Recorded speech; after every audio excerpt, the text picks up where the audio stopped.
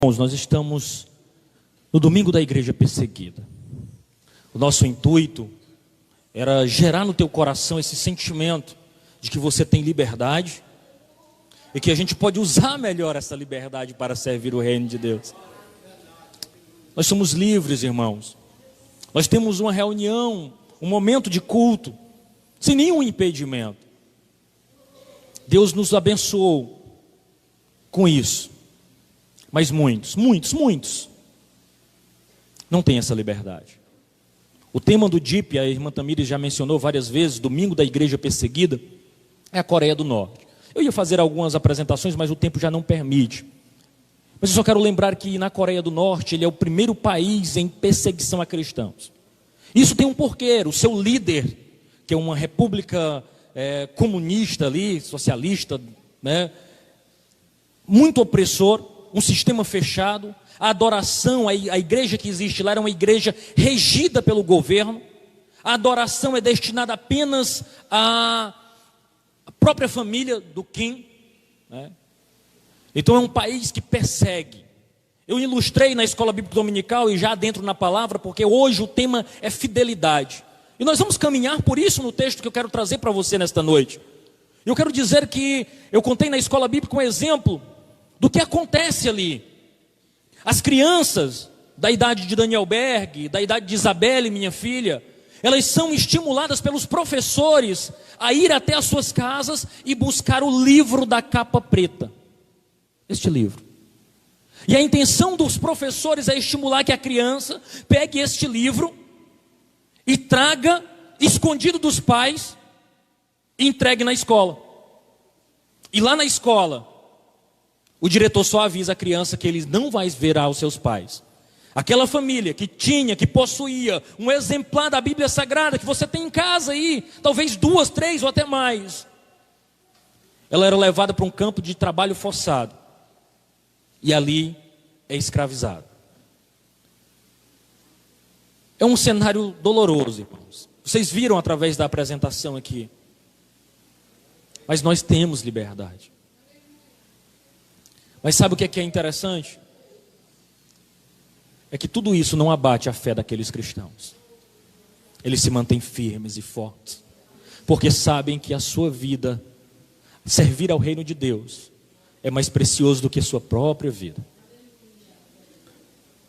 Eu quero dar continuidade à série de mensagens desta noite. Fruto do Espírito. Mais um gominho que nós vamos estudar. Fidelidade. Eu quero dizer que é muito comum na nossa caminhada cristã. Nós tivemos já belas apresentações, belas canções. Você que é assembleiano já há muito tempo, com certeza conhece essas canções, foi impactado. E quem sabe se a gente marcasse um evangelismo hoje, a maioria dos irmãos sairíamos daqui impactados e ia evangelizar. Sabe qual é o problema nosso? É que amanhã é segunda-feira e nós temos uma rotina, um trabalho para executar. E aí passa terça, quarta. Quando dá quinta-feira, talvez o efeito deste culto já tenha passado. Talvez você já nem se lembre mais do que foi apresentado aqui. Há em nós uma natureza que luta, que milita contra o fruto do Espírito na nossa vida. A nossa carne deseja fazer aquilo que nós gostaríamos de fazer, que nos dá prazer. Mas quando nós caminhamos com o fruto do Espírito Santo de Deus, caminhamos com o Senhor, nós somos direcionados para Ele. Mas com o passar do tempo, é como se nós estivéssemos lutando. E essa luta vai nos desgastando. Nós vamos voltando à nossa condição inicial de rebeldia e de insubmissão à palavra de Deus. É por isso que o Senhor prepara trabalhos como esse, para nos despertar e nos lembrar que o mais precioso da nossa vida não é gastar com nossos próprios prazeres, mas é gastá-la para serviço do nosso Senhor e Salvador Jesus Cristo. É importante que nós entendamos isso. E fidelidade é quando nós dependemos totalmente de Deus. Não é natural para nós sermos fiéis ao Senhor, entenda isso. É só com o Espírito Santo de Deus em nós, nos conduzindo e nos lembrando, atestando que o Senhor é Deus e que Ele quer trabalhar em nós, é que nós nos aproximamos mais dEle. Eu quero dizer para você que só é possível ser fiel ao Senhor quando nós entregamos a nossa vida ao Espírito Santo de Deus, e esse Espírito controla o nosso ser. Fidelidade é mais um gomo do fruto do Espírito. E eu fui pesquisar no original o que significa. E existe uma palavra grega chamada pirtz, e ele tem um hebraico também que chama emana. Essas duas palavras, se você for procurar o significado, tem a ver com contrato, tem a ver com promessa, uma aliança. Não essa aliança, aqui é só um símbolo de que você fez promessas ao seu cônjuge. Mas a aliança, alguém que firmou um contrato, que firmou um pacto, que irá cumprir uma promessa. Esse termo fidelidade, ele é passado para nós, e nós só conseguimos encontrar em Deus um ser fiel que cumpre as suas promessas. Eu tenho absoluta certeza que nós temos evidências históricas e pessoais. Se eu permitisse e dissesse, olha, eu quero ouvir um testemunho de cada um dos que estão presentes aqui, acerca da fidelidade de Deus, eu tenho absoluta certeza que pelo menos um exemplo, uma situação, você atestaria que o Deus que nós servimos é um Deus fiel. Sim ou não? Sim, você já experimentou essa fidelidade.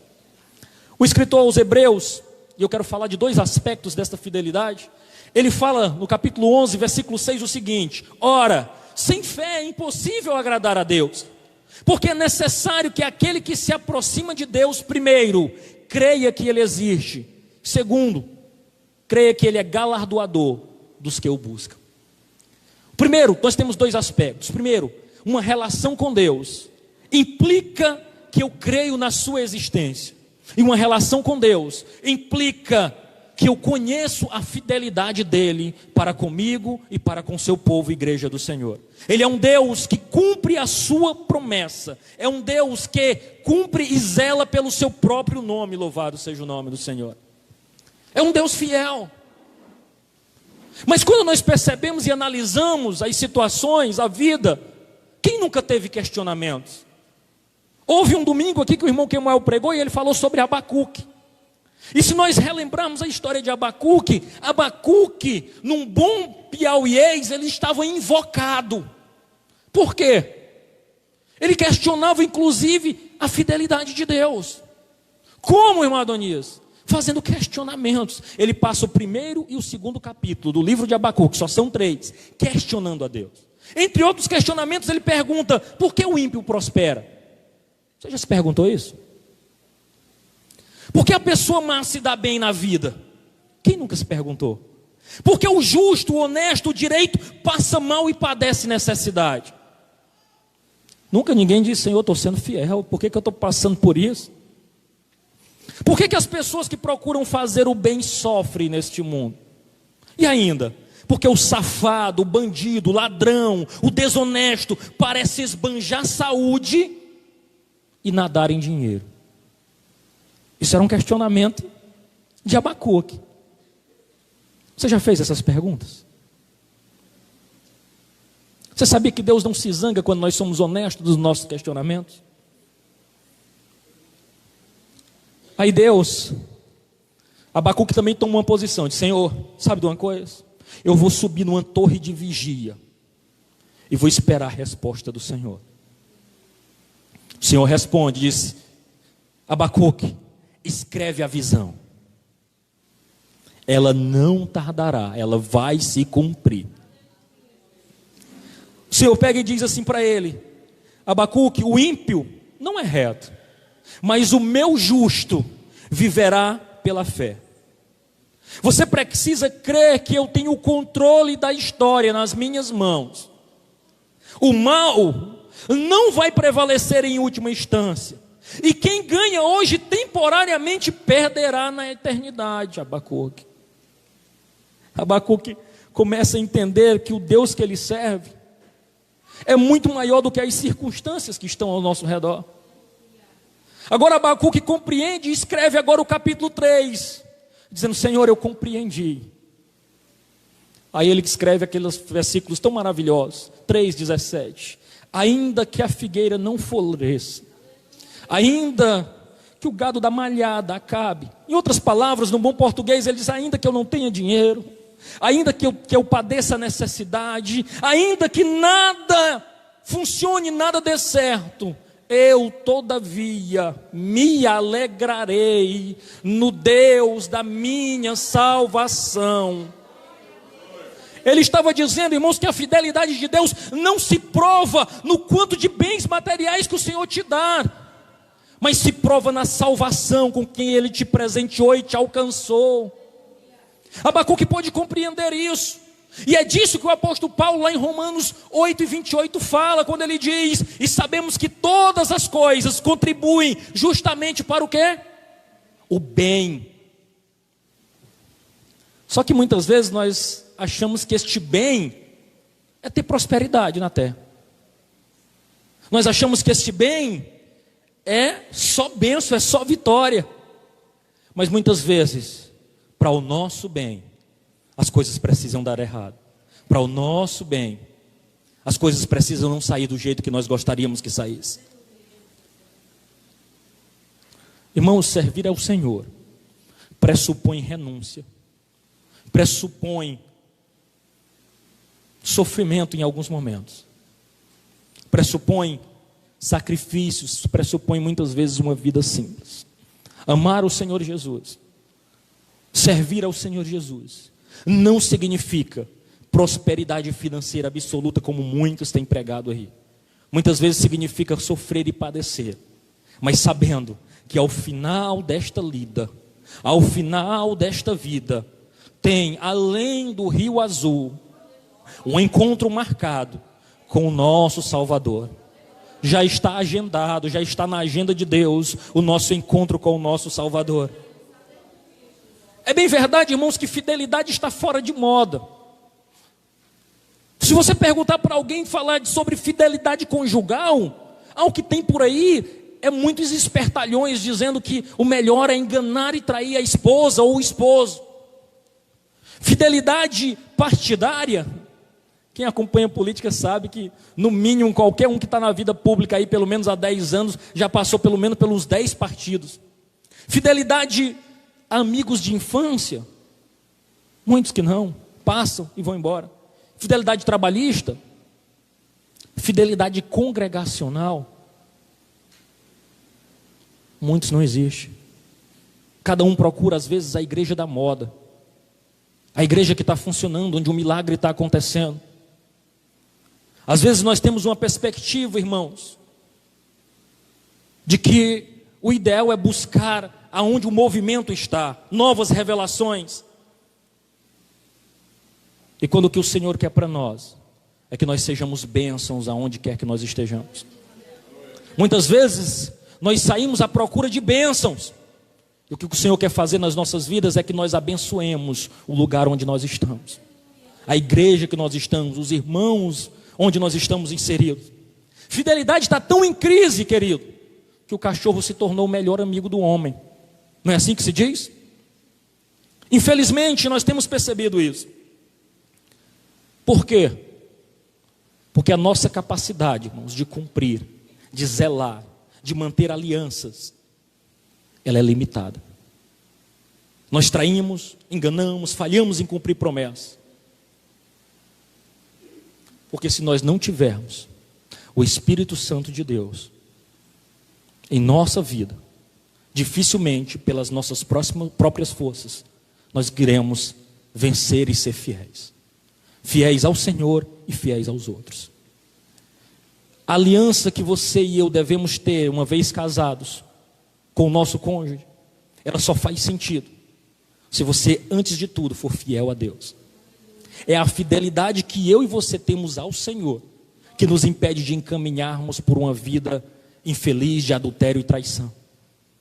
Se o homem não é fiel ao Senhor, não teme ao Senhor, muito provavelmente ele não vai ser leal e fiel ao outro homem, ou leal e fiel à sua companheira ou companheiro.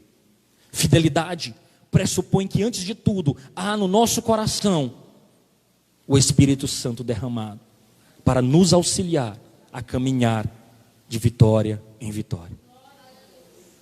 É interessante que nós percebamos ainda que nós, crentes na pessoa de Jesus, temos que ser fiéis e cumprir a palavra. É impressionante como nós percebemos em muitos, às vezes até crentes, que empenham a sua palavra e não cumprem. Eu costumo falar com muita seriedade a obreiros, especialmente obreiros. Temos que ter palavra sim, sim e não, não. É dever do crente ter atitude diferenciada do mundo. O mundo faz um compromisso sabendo que não vai cumprir. Você e eu que servimos a Jesus, não devemos ser deste modo. Se não temos condições de cumprir, avisamos, conversamos e explicamos a situação, mas não empenhamos a nossa palavra. É triste lembrar que tem obreiros por aí, infelizmente, que empenham a sua palavra e todos já desconsideram e sabem que ele não vai cumprir. Tem ou não tem? Infelizmente. Mas nós que servimos a Jesus, temos que ser fiéis. Temos que ter palavra.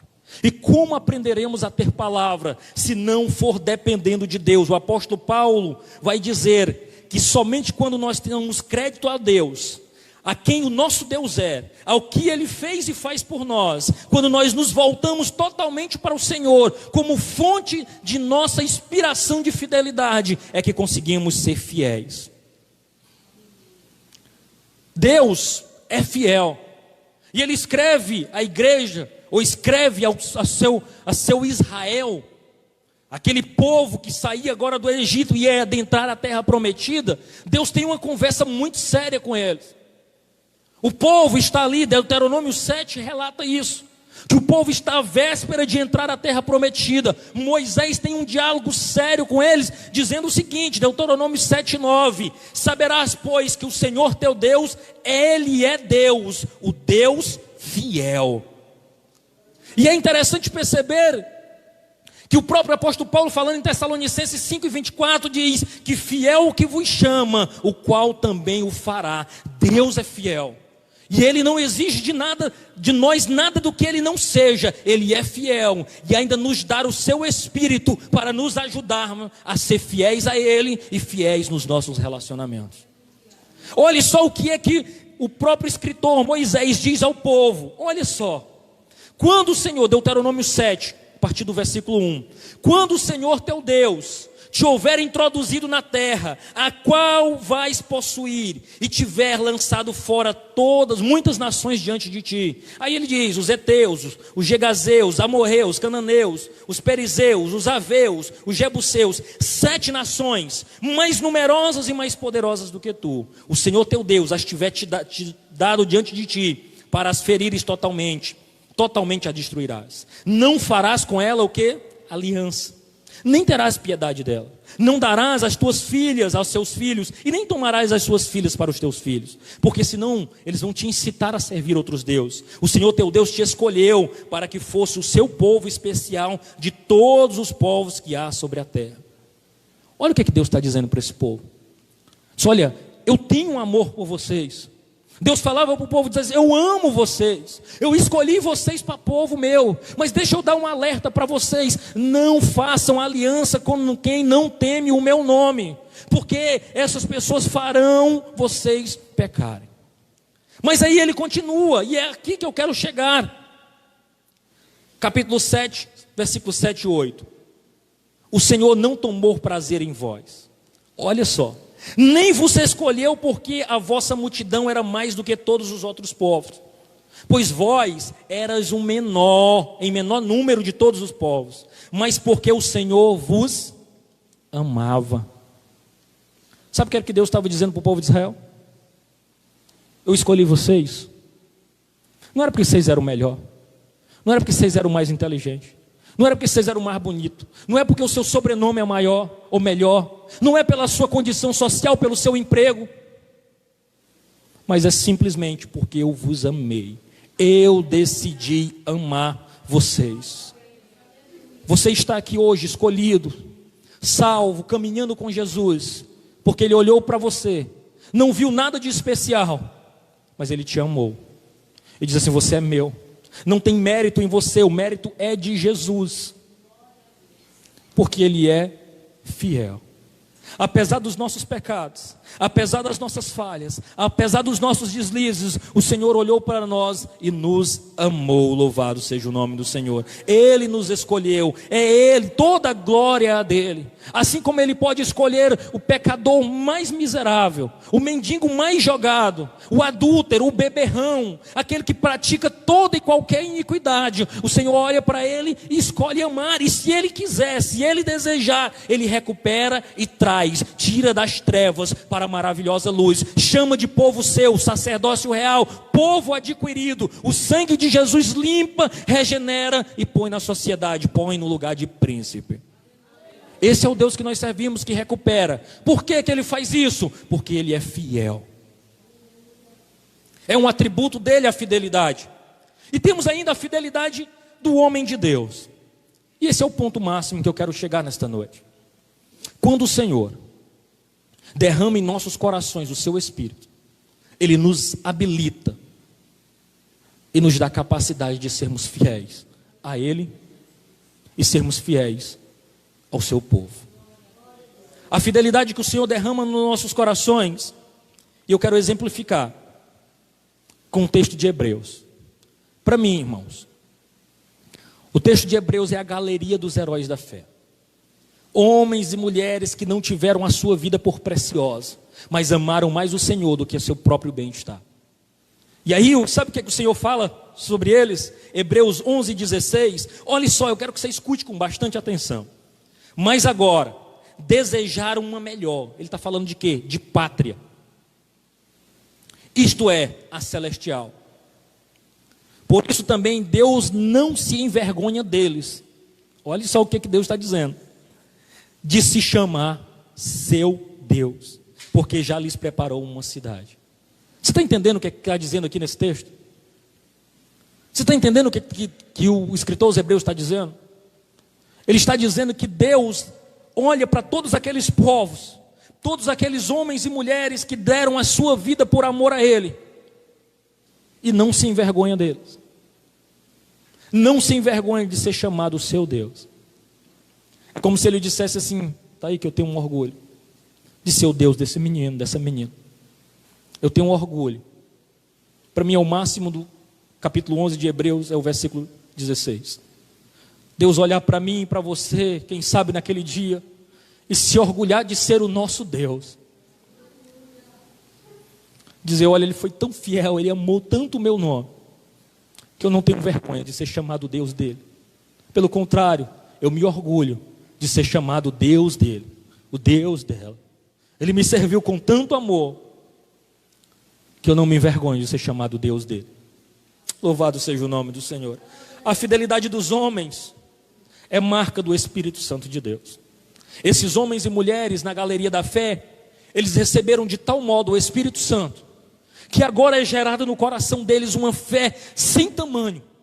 E é disso que o escritor aos Hebreus fala no versículo 30 do capítulo 11. Você pode acompanhar, não está projetado, mas você pode acompanhar na sua Bíblia. Que diz assim, ó: pela fé caíram os muros de Jericó, sendo rodeados durante 7 dias. Pela fé, Raabe, a meretriz, não pereceu com os incrédulos, acolhendo em paz os espias.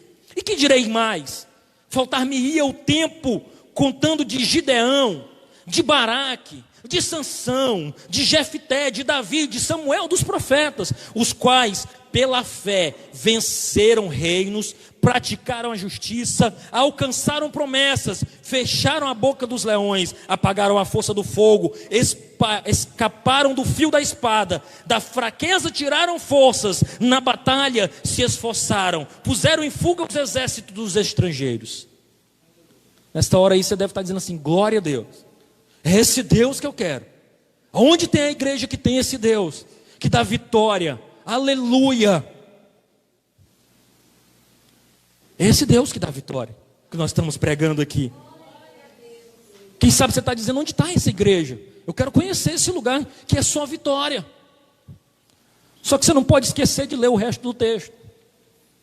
No versículo 35 diz assim: as mulheres receberam pela ressurreição os seus mortos.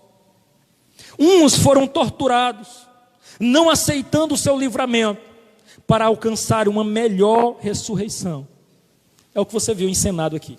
Alguém que diz não para o mundo para não negar a Jesus. E outros experimentaram escárnio e açoite, até cadeias e prisões. Essa história, irmãos, desse evangelho fácil, que agora é só vitória, agora é só bênção, não condiz com a realidade bíblica. Eu já disse aqui várias vezes que um livro chamado Heróis da Fé mudou a minha vida cristã. E nesse livro, eu quero relatar 2 homens com um testemunho poderoso. Um deles é John Bunyan. Ele é o escritor do Peregrino, o segundo livro mais lido depois da Bíblia. Este homem foi fiel a Deus, o funileiro que Deus chamou para a sua obra. Este homem, por amor a Cristo Jesus, ele amargou 12 anos de prisões. Deixou a família por não negar pregar Jesus. Sabe o que ele disse quando foi questionado? Olha o que ele fala. Isso é frase de John Bunyan. De coração clamei a Deus com grande insistência, que ele tornasse a palavra eficaz para a salvação da alma. De fato, disse repetidamente ao Senhor, que se o meu enforcamento perante os olhos dos ouvintes servisse para despertá-los e confirmá-los na verdade, eu aceitaria alegremente. Irmãos, isso aqui não é natural. Não é o homem natural que consegue fazer isso, mas só aquele que tem o Espírito de Deus derramado no seu coração. Aqui é fruto do Espírito.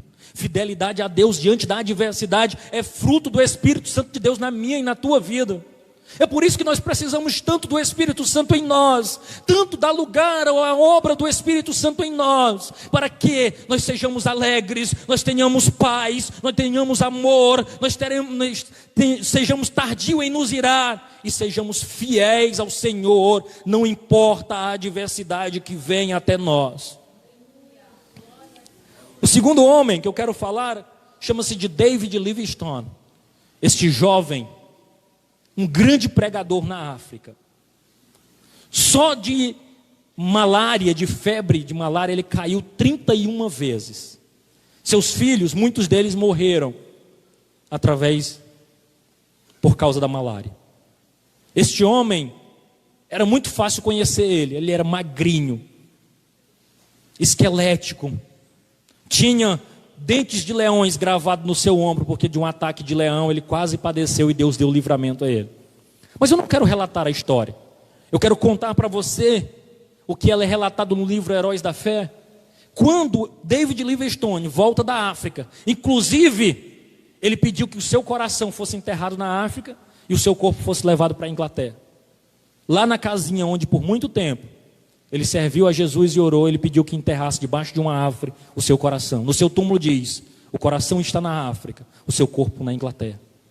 Mas o que marca em todo o livro Heróis da Fé sobre este homem é o seguinte: conta-se que havia entre as multidões que permaneciam nas calçadas das ruas de Londres no dia em que o cortejo com o corpo de David Livingstone passava, um velho chorando amargamente. Ao lhe perguntar por que chorava, respondeu: é porque Davizinho e eu nascemos na mesma aldeia, cursamos o mesmo colégio, assistimos à mesma escola bíblica dominical, trabalhamos na mesma máquina de fiar, mas Davizinho foi por aquele caminho, a obra missionária, e eu por este, tornou-se um beberrão. Agora ele é honrado pela nação, enquanto eu sou desprezado, desconhecido e desonrado. O único futuro para mim é o enterro de um beberrão. Aí o escritor do livro, Orlando Boyer, diz: não é somente o ambiente, mas as escolhas na mocidade é que determinam o destino, não só aqui no mundo, mas em toda a eternidade. Foram aos mesmos lugares, trabalharam nos mesmos lugares, mas um abriu o coração para o trabalho do Espírito Santo, deu ouvido à pregação do Evangelho, deixou a chama de missões queimar em seu coração, de modo que não resistiu ao chamado do Senhor, gastou a sua vida da melhor forma possível, servindo ao reino de Deus. E eu quero dizer que Deus continuou fiel para estes homens, e nós não podemos ser reducionistas na nossa relação com o cristianismo. É aqui que eu te digo que o evangelho que nós anunciamos, ele tem gosto e cheiro de sangue. Primeiro o sangue de Cristo Jesus, depois de homens e mulheres que não tiveram a sua vida por preciosa, mas deixaram-se gastar para que você estivesse sentado aí, ouvindo esta palavra que traz consolo para a alma, que traz despertamento. Mas o evangelho, para chegar até mim e você, teve muito sangue derramado. Para que você ouça confortavelmente o que eu prego a você nesta noite, muita gente padeceu e entregou a sua vida. Muitos homens. O primeiro deles, Cristo Jesus. E muitos outros missionários que sofreram, padeceram, sangraram, perderam filhos, perderam esposas, perderam a vida, para que hoje nós estivéssemos aqui confortavelmente ouvindo a palavra de Deus. Nós não podemos ser negligentes com a geração futura, irmãos. O futuro do evangelho depende de mim e de você. Não fique de fora do que Deus está fazendo no mundo. Ele tem levantado um povo, ele tem levantado uma igreja fiel, que deseja servir, que deseja anunciar as boas novas de salvação, e ele deseja contar comigo e contigo. Desperte. Nós somos devedores desta obra, nós somos devedores desta obra. Louvado seja o nome do Senhor. Estes homens e mulheres, desconhecidos na terra, mas famosos nos céus. Talvez aqui ninguém fez uma honra para muitos destes homens que morreram pregando o evangelho, mas nos céus eles eram extremamente conhecidos, através da oração e do contato com o nosso Senhor e Salvador Jesus Cristo. Aleluia. Estes homens não venderam a sua fé, não venderam a sua fidelidade, nem por troca de comida, subsistência, prestígio ou qualquer ganho humano. Foram fiéis. E aí o escritor aos Hebreus, ele completa: foram apedrejados, cerrados, tentados, mortos ao fio da espada, andaram vestidos de peles de ovelha e de cabra, desamparados, aflitos, maltratados, dos quais o mundo não era digno, errante pelos desertos e montes, pelas covas, cavernas da terra. Ah, meus irmãos, estes homens e mulheres padeceram para a glória do nome de Jesus. Eles foram fiéis, padeceram necessidade. Essa teologia, como já lhes disse, que o crente não sofre, ela é enganosa.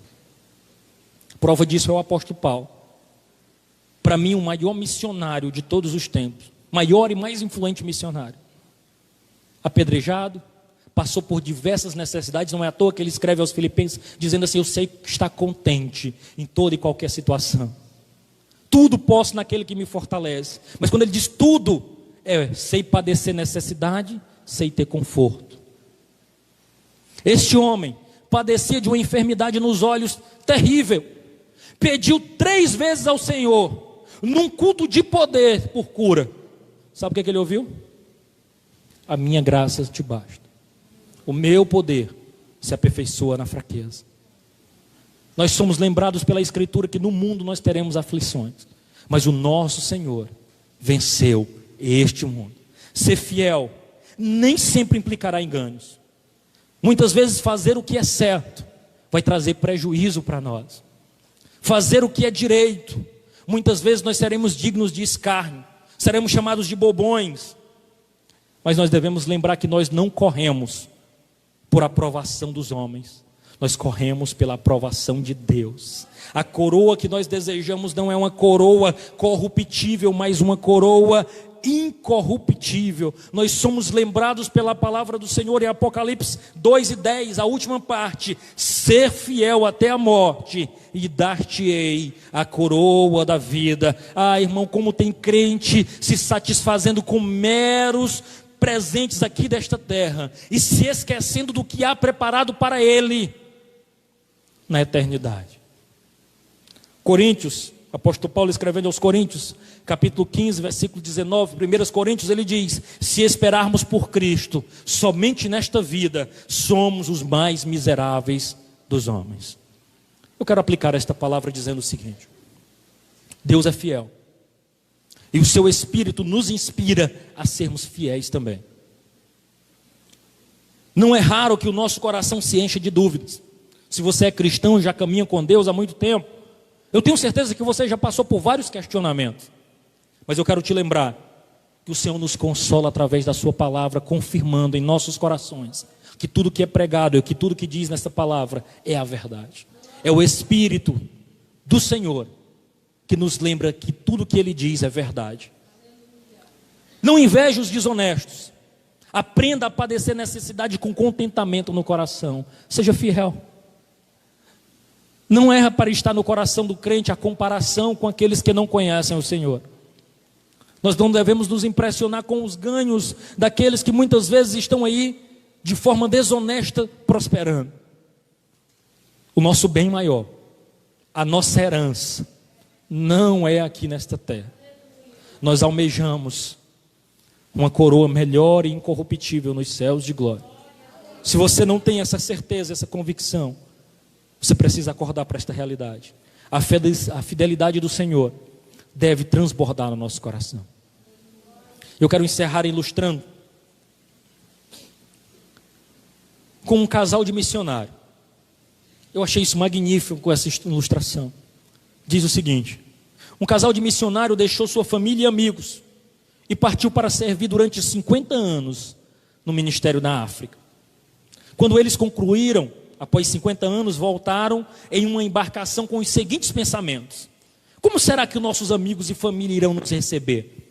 Será que iremos fazer uma grande festa? Será que estão com saudades?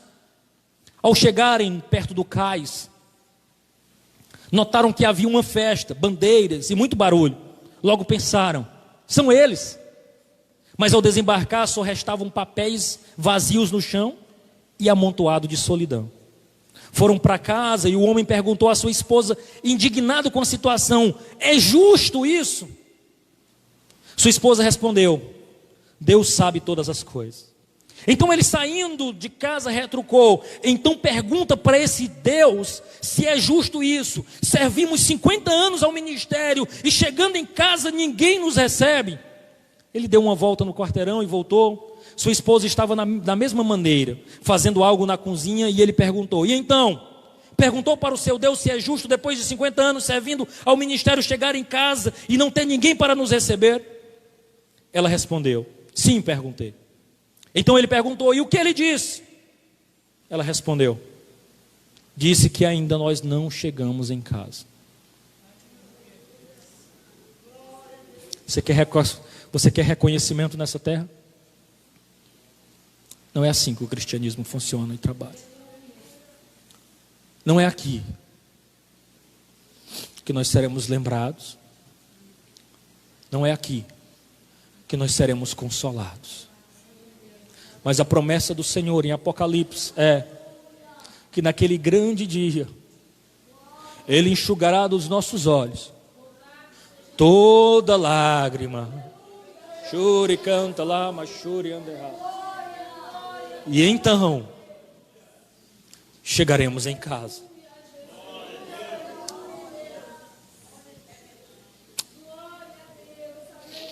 Shuri canta lá, machuri anderá. É o Deus que nós servimos, irmão. Nossa casa não é aqui, a nossa esperança não é aqui. Mas a nossa esperança é estarmos diante do nosso Senhor. Devemos, irmãos, ser fiéis ao nosso Deus. Aleluia. Eu quero que você curve a sua cabeça. Eu quero orar com você e por você. Eu quero que você também apresente nas suas orações todo aquele povo perseguido, que não tem liberdade de culto. Nós vamos orar pela Coreia. Nós não vamos orar simplesmente para que Deus tenha misericórdia deles. Nós vamos orar para que Deus os fortaleça pelo seu Espírito, para resistirem e permanecerem fiéis. Vamos nos lembrar dele e aproveitar melhor a nossa oportunidade de culto. Curva sua cabeça, por gentileza.